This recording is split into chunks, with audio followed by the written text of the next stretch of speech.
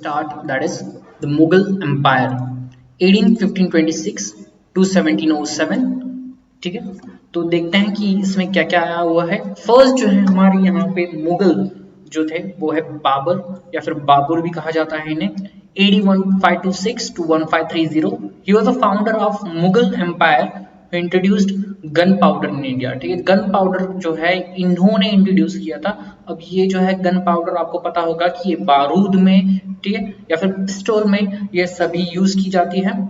He defeated the Ibrahim Lodi in the first battle of Panipat. मैंने कहा था आपको कि इब्राहिम लोदी जो है कि इन्होंने पहले तो वो एक किंग से, ठीक है, राजस्थानी किंग से वो हार गए थे। उसके बाद वो मुगल एम्पायर के किंग जो बबूर हैं उनसे भी हार गए थे। फर्स्ट बैटल ऑफ पानीपत इन 1526। राणा संघा संग्राम सिंह जिनका नाम था, एट बैटल ऑफ खनवा, ये भी इनको डिफीट कर दिया था बबूर ने। Medini Rai of Chanderi at battle of Chanderi, उनको भी डिफीट किया था बाबर ने। And Mohammad Lodi at battle of Ghaghra 1529। He wrote Tuzuk e Baburi in Turkish language. ठीक है, तो आपको याद क्या रखना है कि इन सभी जो जिनको जो भी डिफीट किया था मुगल एम्पायर के जो किंग थे बबूर ने, तो फिर आपको इनके सभी के नाम याद रखने हैं। और ये भी याद रखना है कि तुजुक ए बाबरी ये एक बुक जो है वो टर्किश लैंग्वेज में लिखी गई थी बाबर के खुद द्वारा। नेक्स्ट इज बाबर डिक्लेयर्ड जिहाद एंड अडॉप्टेड द टाइटल गाजी। उन्होंने खुद को एक टाइटल दिया था जिसका नाम है गाजी, और उन्होंने जिहाद, ठीक है, एक टर्म आपको इंट्रोड्यूस की थी। ये जो जिहाद है वो उसका प्रोनाउंसिएशन एज जिहाद भी किया जाता है। ठीक है, जिहाद इज एग्जैक्टली उसको कहा जाता है कि ये एक मुस्लिम रिलीजियस वॉर की तरह है। आपने ये टर्म बहुत ही बार न्यूज में सुना होगा, और टेररिस्ट से लिंक्ड ये जो है वर्ड आपने सुना होगा कि जिहाद। ठीक है, तो ये डिक्लेयर किया था बबूर ने। He died in 1530 and was buried at Arambagh Agra. Arambagh जो है आगरा के, वहां पर इनको बरी किया गया था। ठीक है, इन 1530 was died. Later his body was taken to बाग ए बबून काबुल। काबुल में जो है वहां पर इनकी बॉडी ले जाई गई थी बाग ए बबून में। नेक्स्ट इज आफ्टर बबूर द हुमायूं AD 1530 to 1556। इनके जो है आपको सभी मुगल एम्पायर के जो भी किंग्स आएंगे या फिर मुगल्स आएंगे, इनका आपको क्रम पता होना चाहिए कि किसके बाद कौन आया है। फर्स्ट जो है बबूर आए हैं या फिर बाबर आए हैं, उसके बाद हुमायूं आए हैं। देखते हैं हुमायूं के कौन से काम है। तो ही build a Dinpanah at Delhi as his second capital. ठीक है, next is Sher Shah Suri gradually gained power. He fought two battles with Humayun, Battle of Chausa AD 1539 and another Battle of Kannauj AD 1540, culminating into Humayun's defeat. जो शेर शाह सूरी जो है उन्होंने क्या किया कि वहां पर इन्होंने पावर गेन करने के लिए, ठीक है, दो बैटल लड़े। First is battle of Chausa और next is battle of Kannauj. तो इन्होंने हुमायूं को डिफीट कर दिया और उसके बाद हुमायूं जो है वो एग्जाइल में चले गए। ठीक है, मतलब क्या हुआ कि वो अभी मतलब पूरी तरह से निष्कासित किए गए उनके मुगल एम्पायर से। Humayun passed 15 years in exile, again invaded India in 1555 with the help of his officer Bairam Khan. ठीक, तो उन्होंने एग्जाइल में 15 साल बिताए, उसके बाद फिर से इन्वेड किया इंडिया को 1555 में बैरम खान की मदद से। He died in 1856 due to fall from his library's building stairs. ठीक है, तो ये 1556 में मर गए। कैसे? तो ये अपने लाइब्रेरी के बिल्डिंग स्टेयर्स से गिरकर मर गए थे। Gulbadan Begum Humayun's half sister wrote Humayun Nama. Humayun नामा जो है ये हुमायूं की एक तरह की बुक है जिसमें हुमायूं के बारे में बताया गया है। तो ये हुमायूं की हाफ सिस्टर गुलबदन बेगम ने लिखी है। Next is Akbar 1556 to 1605, coronated at the young age of 14 by Bairam Khan. Defeated Hemu at the second battle of Panipat 1856 with the help of Bairam Khan. ठीक है, बैरम खान की मदद से इन्होंने क्या किया कि फर्स्ट इन्होंने द यंगर एज जब ये 14 साल के ही थे तो इन्होंने हेमू को सेकेंड बैटल ऑफ पानीपत में जो है मार गिराया था, डिफीट कर दिया था बैरम खान की मदद से।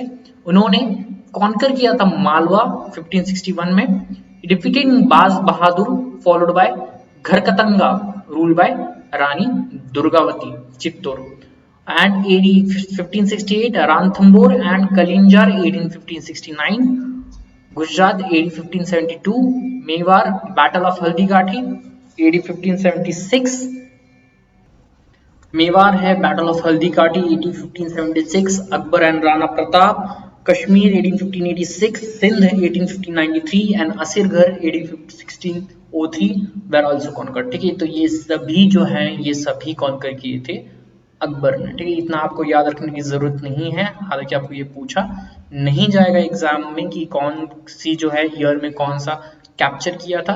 ठीक है, आपको याद क्या रखना है कि इन्होंने हेमू को डिफीट किया था सेकंड बैटल ऑफ पानीपत में, और उसके बाद ये बाकी सब जो है with the help of Bairam Khan और बाकी के जो अभी हम आगे पढ़ेंगे वो आपको याद रखना है। Buland Darwaza was constructed at Fatehpur Sikri after the victory of Gujarat in 1572। ठीक है, बुलंद दरवाजा जो है वो कंस्ट्रक्ट किया गया था फतेहपुर सिकरी में आफ्टर विक्ट्री ओवर गुजरात। उसके बाद ही मैरिड टू हरका भाई, डॉटर ऑफ राजपूत रूलर भरमल, ठीक, जिनको जोधा भी कहा जाता है। तो इनके साथ शादी हुई थी हरका भाई से, जो एक पुत्री थी राजपूत रूलर भरमल की। Ralph Fitch in 1585 was first Englishman to visit Akbar's court।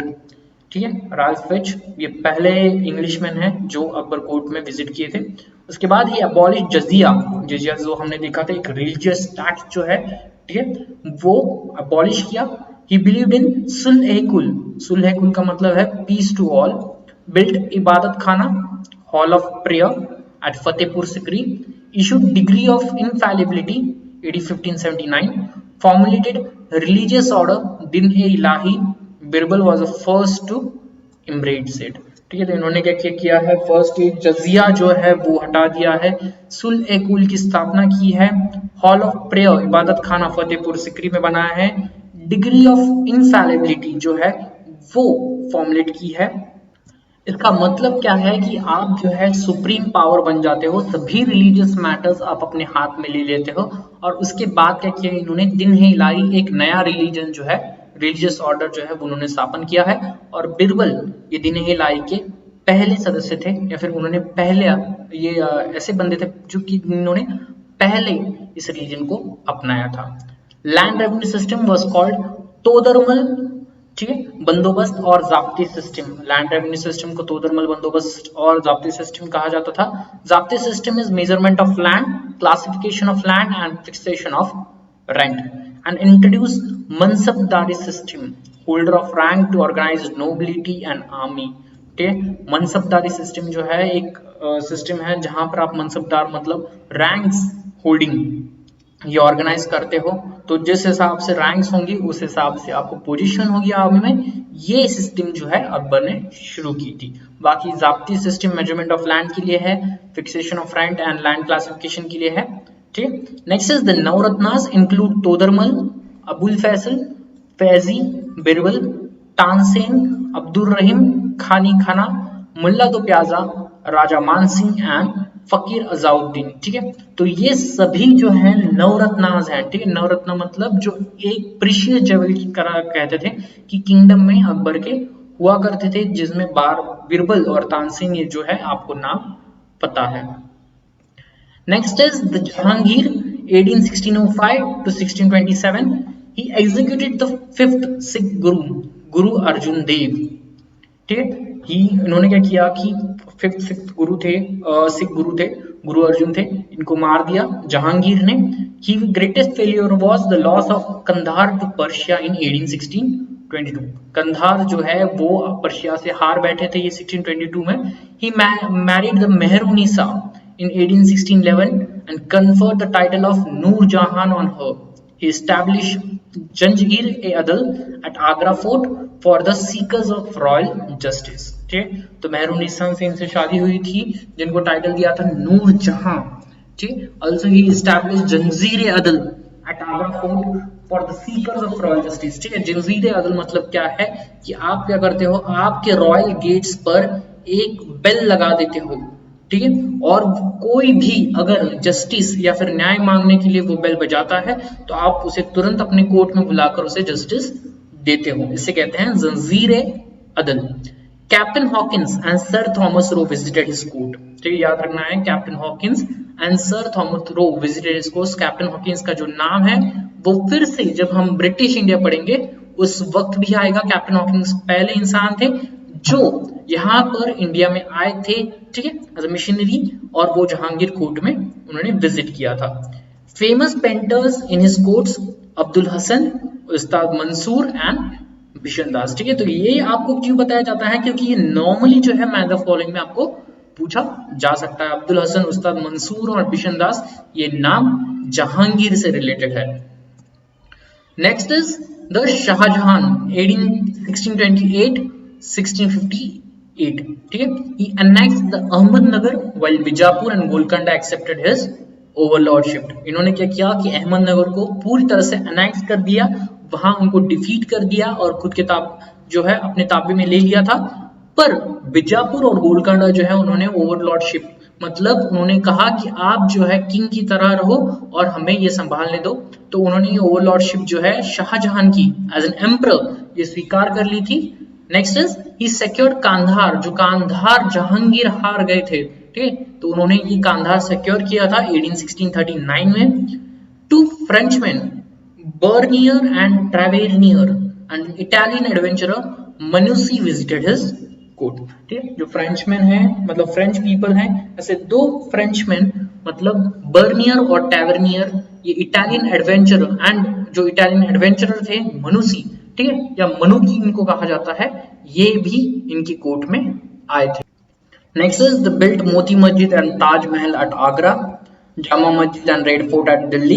His reign is considered the golden age of Mughal empire, ठीक है, तो आपको ये याद रखना है golden age of Mughal empire कहा जाता है शाहजहां की रीन को। इन्होंने मोती मस्जिद, ताजमहल जो है आगरा में बनाए थे, जामा मस्जिद और रेड फोर्ट दिल्ली में बनाए थे, जो अभी भी आज भी वहीं स्टैंड करते हैं। Next is the Aurangzeb Alamgir 1858 to 1707. He was the last one, the great ruler of the Mughal Empire. इनके बाद जो भी आए उन्होंने सिर्फ डिग्रेडेशन की है मुगल एम्पायर की, ऐसे कहा जा सकता है। Aurangzeb became the victorious after the brutal war of succession among his brother Dara Shuja and Murad. Dara Shuja और मुराद इनके भाई थे, तो इनके साथ इन्होंने लड़ाई की और उनको मार दिया और औरंगजेब एक एम्पायर या फिर एम्पर बन गए, ठीक। Rebellions during his rule, Jat peasantry at Mathura, Satnami peasantry in Punjab and Bundelas in Bundelkhand, sorry, ठीक। तो रेबेलियंस बहुत ज्यादा हुए, जट पेजेंट्रीज्म मथुरा में हुई, Satnami peasantry in Punjab, Bundelas in Bundelkhand, ठीक है। ऐसा कहा जाता है कि औरंगजेब सबसे ज्यादा क्रूएल किंग थे ये मुगल एम्पायर के। The annexation of Marwar in 1658 led to a serious rift between Rajput and Mughals after the death of राजा जसवंत सिंह, ठीक है। तो जब मारवाड़ को एनेक्स किया गया था तो वहां पे बहुत ही ज्यादा सीरियस रिफ्ट, ठीक है, राजपूत और मुगल्स के बीच मतलब बहुत ही बड़ी लड़ाई होनी शुरू हुई थी राजा जसवंत सिंह के मरने के बाद। 9 सिख गुरु जो थे गुरु तेग बहादुर, उनको एग्जीक्यूट किया था AD 1675 में, ठीक है। बहुत ही क्रूएल किंग माना जाता है औरंगजेब को पूरी हिस्ट्री में। Next is Mughal conquest reached territorial climax during his reign, और it ranged state from Kashmir in north to Gingee in south, from the Hindu Kush in west to Chittagong in east. मतलब जो इनकी इतनी बड़ी जो है, ठीक है, मतलब इनका जो क्रुएलिटी है ये बहुत ज्यादा स्ट्रेच हो गई थी।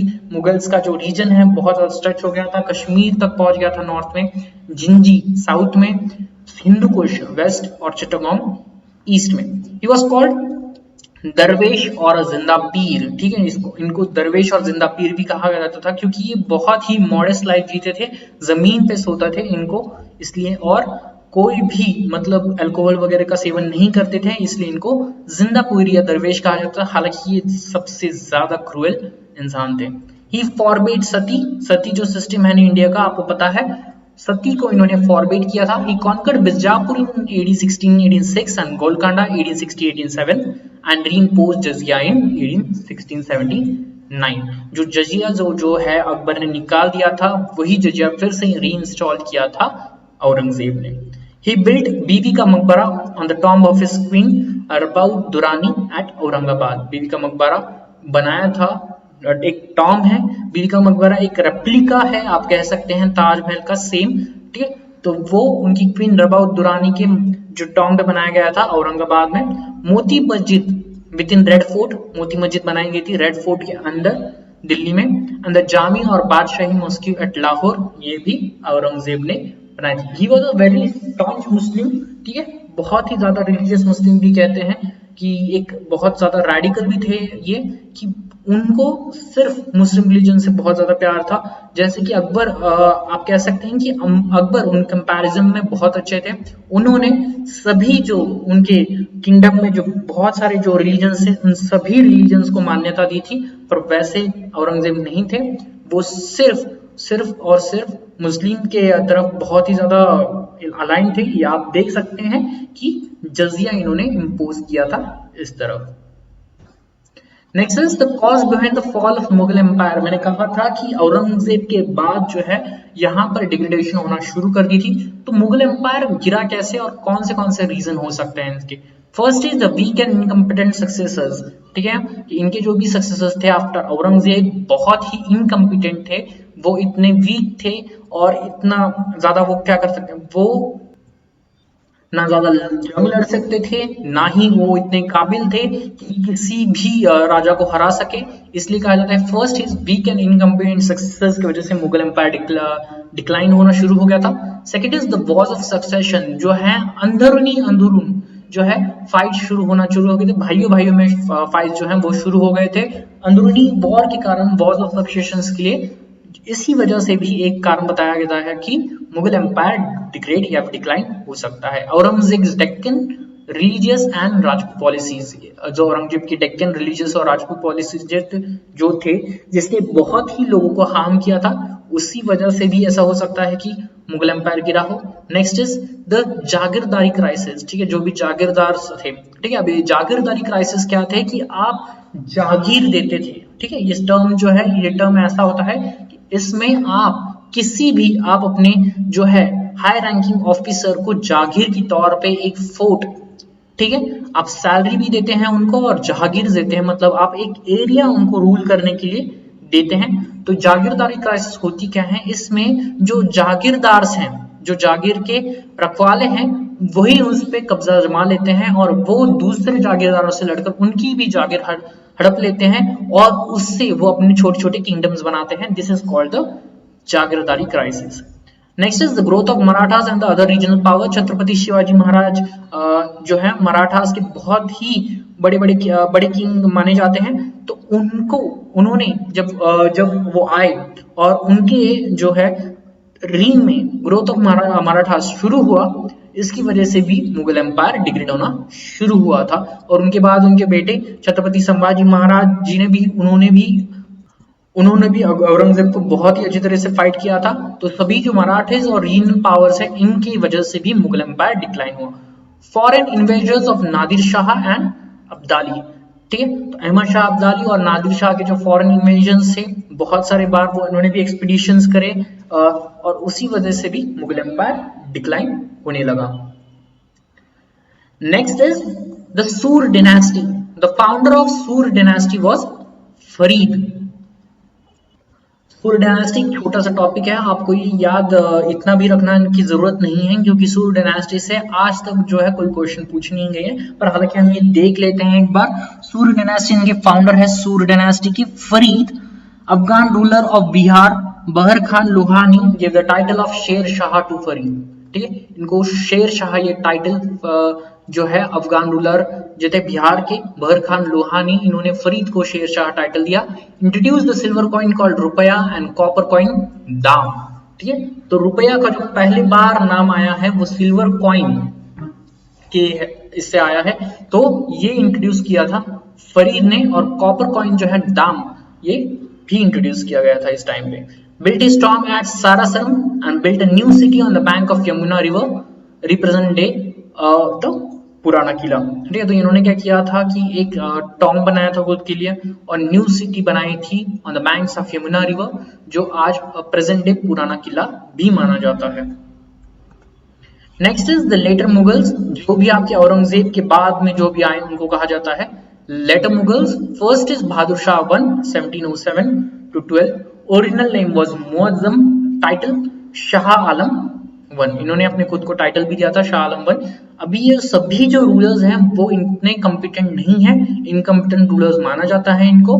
पर लेटर मुगल्स में हम देख लेते हैं. इनका नाम फर्स्ट इज बहादुर शाह 1, उसके बाद नेक्स्ट इज जहांदार शाह. ये मैं द फॉलोइंग में आपको इनमें पूछे जाएंगे कि बहादुर शाह का ओरिजिनल नेम या फिर उनका टाइटल भी, कौन सा टाइटल उन्होंने लिया था. उसके बाद जहांगीर शाह 1712 to 13 एक साल रहे थे. He ascended throne with the help of Zulfikar Khan. He abolish the jizya, जो जजिया लगाया गया था औरंगजेब से, तो वो जहांगीर शाह ने निकाला था. जहांगीर शाह बहुत ही इंपॉर्टेंट है, एक बार क्वेश्चन पूछा जा चुका है इस बारे में, और अबॉलिशन ऑफ जजिया में ही इनका नाम आया था क्वेश्चन में. Next is Farrukhsiyar 1713 to 19. He lacked the ability and knowledge to rule independently. His reign saw the emergence of Syed brothers. ठीक है, तो फर्रुखशियार आए, उनके बाद एबिलिटी और नॉलेज नहीं था इतना रूल करने का, इंडिपेंडेंटली वो रूल नहीं कर सके, इसलिए सैयद ब्रदर्स का वहां पे इमर्जन हुआ. ठीक है, नेक्स्ट हम सैयद ब्रदर्स देखेंगे आगे. फिर उसके बाद आए मोहम्मद शाह 1719 to 48.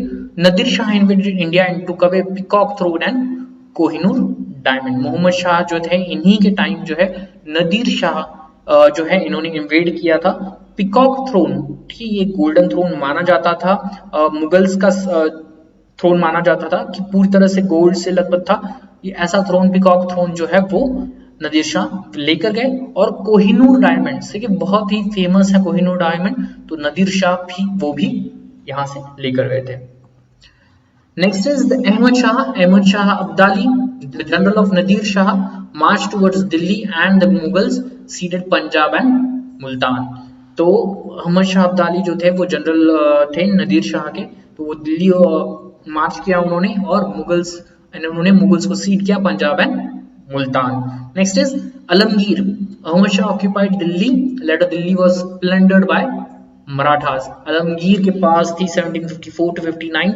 ठीक है, और अहमद शाह उन्होंने ऑक्यूपाई कर ली थी दिल्ली, और फिर बाद में दिल्ली को हथिया दिया था मराठास ने. Shah Alam 2 could not enter Delhi for 12 years, तो इतना कोई भी इंपॉर्टेंट नहीं है. Next is Akbar 2, pensioner of East India company. He gave the title Raja to Ram Mohan Roy. ठीक है, तो राजा राम मोहन रॉय ये नाम आएगा ब्रिटिश इंडिया में, बहुत ही फेमस नाम है इंडिया का. ठीक है, तो इनको राजा ये टाइटल अकबर 2 ने दिया था, ये आपको याद रखना है, इंपॉर्टेंट है. Is also the pensioner of East India Company. Next is the Bahadur Shah 2 1837 to 57. Last Mughal emperor was made premier during the 1857 revolt. Bahadur Shah 2 जो है वो लास्ट मुगल एम्परर माने जाते हैं.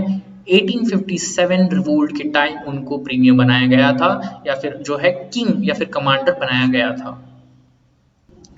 नेक्स्ट हम देख लेते हैं मराठास 1674 to 1818. ठीक है, इस टाइम मराठास थे. फर्स्ट इनके जो किंग थे वो थे शिवाजी या फिर छत्रपति शिवाजी महाराज, इनको कहा जाता है. 1627 to 80. born at Shivneri to Shahaji Bhosle and Jijabai. His religious teacher was Samarth Ramdas and guardian was दादाजी कोंडे. ठीक है, तो ये आपको याद रखना है कि इनके माता पिता जी का नाम क्या था, और उसके बाद इनके रिलीजियस टीचर समर्थ रामदास थे और गार्डियन थे Dadaji Konde. Treaty of Purandar 1860-65 between Shivaji and Mughals. ये ट्रीटी ऑफ पुरंदर हुई थी कि जहां शिवाजी और मुगल्स के बीच में. Next is coronation at Raigad 1664 and assumed the title of हिंदवा धर्मधारक, protector of Hinduism. Ashtapradhan 8 minister helped in administration. तो कोरोनेशन जो है इनका रायगढ़ में हुआ था. उन्होंने टाइटल अज्यूम किया हिंदवा धर्मधारक, मतलब प्रोटेक्टर ऑफ हिंदुइज्म, ये टाइटल इन्होंने अडॉप्ट किया था. और अष्टप्रधान या फिर 8 मिनिस्टर्स इनको हेल्प करते थे एडमिनिस्ट्रेशन में. नेक्स्ट इज देयर वर पेशवाज सरीयत नौबत मिलिट्री, मजूमदार और अमात्य अकाउंट्स. ठीक है, ये सभी अष्टप्रधान जो है या फिर 8 मिनिस्टर्स इनके नाम है. पेशवाज और सरीनोबती मिलिट्री थे, और मजूमदार और अमात्य ये अकाउंट्स के थे. वकीनवीस ये इंटेलिजेंस के थे. सूरनवीस कॉरेस्पॉन्डेंस थे. दबीर और सुमंता सेरेमनीज के लिए थे. न्यायाधीशा जस्टिस के लिए, और पंडित राव चैरिटी के लिए। सक्सेसर्स ऑफ शिवाजी व संभाजी, राजाराम एंड शाहू फॉट। शाहू जो है उन्हें बैटल ऑफ खेद इन 1808 लड़ा था। नेक्स्ट देख लेते हैं हम Peshwas 1879 to 18 Balaji Vishwanath was the first Peshwas who concluded an agreement with the Sayyid brothers, the kingmakers in the history, by which Mughal Emperor Farooq Shah recognized Shahu as the king of स्वराज्य। ठीक है, बालाजी विश्वनाथ जो थे वो first Peshwa थे। उन्होंने agreement किया Syed brothers से जो किंग मेकर्स माने जाते हैं हिस्ट्री में, और बाय विच जो मुगल एम्परर जो है फारूक शिया जो हमने देखा पहले, उन्होंने रिकॉग्नाइज किया था शाहू, ठीक है, as a king of Swarajya या फिर Maratha kingdom. Bajirao considered as the greatest exponent of guerrilla tactics after Shivaji, Maratha power reached its zenith and system of confederacy began. ठीक है, बाजीराव जो थे छत्रपति शिवाजी महाराज के बाद सबसे अच्छे गुरिल्ला टैक्टिक्स के एक्सपोनेंट माने जाते थे। उनको बहुत ही अच्छी तरह से गुरिल्ला टैक्टिक्स आती थी। बाजीराव पेशवा पे जो है मूवी भी बनी है, बाजीराव मस्तानी। कहा जाता है कि बाजीराव पेशवा ने जितनी भी जंग लड़ी थी उनमें से एक भी जंग वो हारे नहीं थे। ठीक है, and the system of confederacy become system of confederacy के बाद चालू हो गई। अब ये सिस्टम ऑफ कॉन्फेडरेसी का मतलब जो है, इसका मतलब यह है कि अलायंसेस, ठीक है, आप जो है मिलिट्री अलायंसेस या फिर पॉलिटिकल अलायंसेस जो है वो बंद करना शुरू कर देते हो, उसे कहते हैं system of confederacy. Next is defeated cities of Janjira, conquest of Bassein and Salsette from Portuguese. Balaji Rao, known as the Nana Sahib, Third Battle of Panipat 1870-61 between Marathas and Ahmad Shah Abdali gave a big jolt to the Maratha Empire। ठीक है, ये भी इसी के ऊपर भी पानीपत जो है एक मूवी बनी हुई है, the third battle of Panipat पे जो लड़ाई हुई थी मराठास और अहमद शाह अब्दाली, ये एक बड़ा ब्लो था मराठा एम्पायर के लिए, और इस लड़ाई के बाद जो है मराठा एम्पायर डिक्लाइन होना शुरू हो गया था। नेक्स्ट हम देख लेते हैं सिख गुरुज। इंपॉर्टेंट है आपको सिख गुरुज के सभी नाम, फर्स्ट सिख गुरु, सेकंड सिख गुरु, इन सब के नाम आपको पता होने चाहिए और इनके जो काम है वो भी पता होने चाहिए। ठीक है, the first and the foremost rulers is the Guru Nanak ji. ठीक है, 1469 to 39 he founded the Sikh religion। ठीक है, गुरु नानक जी ने क्या किया था कि सिख रिलीजन जो है उनकी स्थापना की थी। नेक्स्ट है Angad 1539 to 52 invented the Gurmukhi. ठीक है, या फिर गुरुमुखी या फिर गुरबानी जिसे कहते हैं वो अंगद जी ने या फिर गुरु अंगद जी ने स्टार्ट की थी। Next is Guru Amar Das struggled against Sati system and Purdaha system and established 22 Gadians to propagate religions। ठीक है, हमने सती सिस्टम के बारे में बात नहीं की है, पर ये जो है मॉडर्न इंडिया में बहुत बार आया है। तो सती सिस्टम एक बार हम समझ लेते हैं क्या होता है कि सती सिस्टम में एक ऐसी सिस्टम थी जहां पे आप अगर आपका हस्बैंड जो है वो किस कारणवश या फिर डिसीज या फिर एक्सीडेंटली अगर या फिर इन वॉर अगर वो मर जाते हैं तो वाइफ को जो है उनकी जो चिता पर है जाकर लेट जाना है और अपनी भी वो सुसाइड करना है, इसको कहते हैं सती सिस्टम। ठीक है, नेक्स्ट इज पूर्दाह सिस्टम। आपको पता है कि जो पर्दे के पीछे रखा जाता था वुमेन्स को, उसको कहते हैं पूर्दाह सिस्टम। इनको पूर्दाह सिस्टम को जो है डिसरिगार्ड किया था, हमने पहले भी देखा था कि रजिया सुल्तान ने डिसरिगार्ड किया था, और यहाँ पर अमरदास जी जो हैं, गुरु अमरदास जी ने उन्होंने स्ट्रगल किया था इनके अगेंस्ट। यहाँ पर उन्होंने 22 गड्डियां इस्टेब्लिश किए थे, ठीक, to propagate the Sikh religion. Next is Guru Ramdas founded Amritsar in 1577। Akbar granted the land, Akbar ने उनको लैंड जो है वो दिया था टू फाउंड अमृतसर जो है वहां पर रामदास जी ने फाइंड किया था। Next is Guru Arjun founded स्वर्ण मंदिर the golden temple and composed आदि ग्रंथ। गुरु अर्जुन जी का बहुत ही बड़ा महत्व है। स्वर्ण मंदिर या फिर जो गोल्डन टेम्पल कहा जाता है कि हमारे सिख भाइयों के जो है सबसे इंपॉर्टेंट ऐसा जो रिलीजन का था स्थान है गोल्डन टेम्पल, वो गुरु अर्जुन जी ने स्थापित किया था। He also composed the आदि ग्रंथ। Next is Guru Hargobind Singh ji established the Akal Takht and fortified Amritsar. इन्होंने फोर्टिफाई किया था अमृतसर को और अकाल तख्त की एस्टैब्लिशमेंट की थी। अगर आपको अकाल तख्त के बारे में जो है जानकारी चाहिए तो आप ये जो है टर्म वो आप एक बार गूगल कर सकते हैं। इसके बारे में आपको मैं एक छोटी सी जानकारी देना चाहता हूँ। अकाल तख्त जो है इसको कहा जाता है the throne of the timeless one. Throne of the timeless one मतलब ये एक चीफ सेंटर है रिलीजियस अथॉरिटी ऑफ सिखिज्म, ठीक है। जो भी गुरु हैं, ठीक है, उनका तख्त माना जाता है या फिर उनका थ्रोन माना जाता है अकाल तख्त। इसको कहा जाता है थ्रोन ऑफ टाइमलेस वन, जो टाइम से बाउंड नहीं रहता, ऐसे गुरु या फिर भगवान का तख्त, इसको अकाल तख्त कहा जाता है। तो अकाल तख्त के आप गूगल्स कर सकते हैं, करंट न्यूज में भी बहुत सारे इसमें बहुत सारी न्यूज आपको मिल जाएंगी अकाल तख्त के बारे में। Next is fortified Amritsar. Next is the Harikishan 1661-64, उनसे पहले हर राय भी थे, गुरु हर राय 1645-66 थे, ठीक। तो ये अराउंड 2 साल सॉरी ये अराउंड 21 साल हर राय जी ने वहां पे स्थापित थे। Next is Guru Harkishan 1661-64। Next is Tegh Bahadur 1664-75। Last है गुरु Govind Singh ji was the last guru who founded the Khalsa. After him Sikh guruship ended, ठीक है। तो इनके बाद गुरु गोविंद सिंह जी जो थे वो लास्ट गुरु थे। अब उनके बाद जो लास्ट गुरु हैं, ठीक है, वो एक गुरु ग्रंथ साहिब या फिर ग्रंथ जिनको है, मतलब बुक जो है इनकी रिलीजन की, सिख की बहुत ही इंपॉर्टेंट रिलीजियस बुक है गुरु ग्रंथ साहिब। इनको अब लास्ट गुरु माना जाता है अभी सिखिज्म में। So the end of the medieval India, and then we'll see next we'll see the modern India.